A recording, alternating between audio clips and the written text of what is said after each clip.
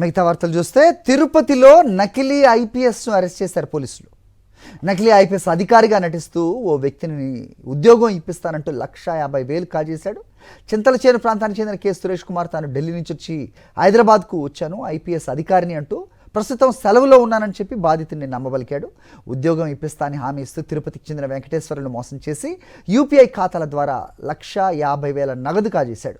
మోసపోయినట్టు గుర్తించిన వెంకటేశ్వర్లు అలిపిరి పోలీస్ స్టేషన్లో ఫిర్యాదు చేశారు. కేసు నమోదు చేసిన అలిపిరి ఎస్ఐ నరసింహారావు నిందితుడిని అదుపులోకి తీసుకుని దర్యాప్తు కొనసాగిస్తున్నారు. చింతలచేరు ప్రాంతానికి చెందిన కె సురేష్ కుమార్ తాను ఢిల్లీ నుంచి వచ్చి హైదరాబాద్కు వచ్చాను, ఐపీఎస్ అధికారిని అంటూ ప్రస్తుతం సెలవులో ఉన్నానని చెప్పి బాధితుడిని నమ్మబలికాడు. ఉద్యోగం ఇప్పిస్తానని హామీ ఇస్తూ తిరుపతికి చెందిన వెంకటేశ్వర్లను మోసం చేసి యూపీఐ ఖాతాల ద్వారా 1,50,000 నగదు కాజేశాడు. మోసపోయినట్టు గుర్తించిన వెంకటేశ్వర్లు అలిపిరి పోలీస్ స్టేషన్లో ఫిర్యాదు చేశారు. కేసు నమోదు చేసిన అలిపిరి ఎస్ఐ నరసింహారావు నిందితుడిని అదుపులోకి తీసుకుని దర్యాప్తు కొనసాగిస్తున్నారు.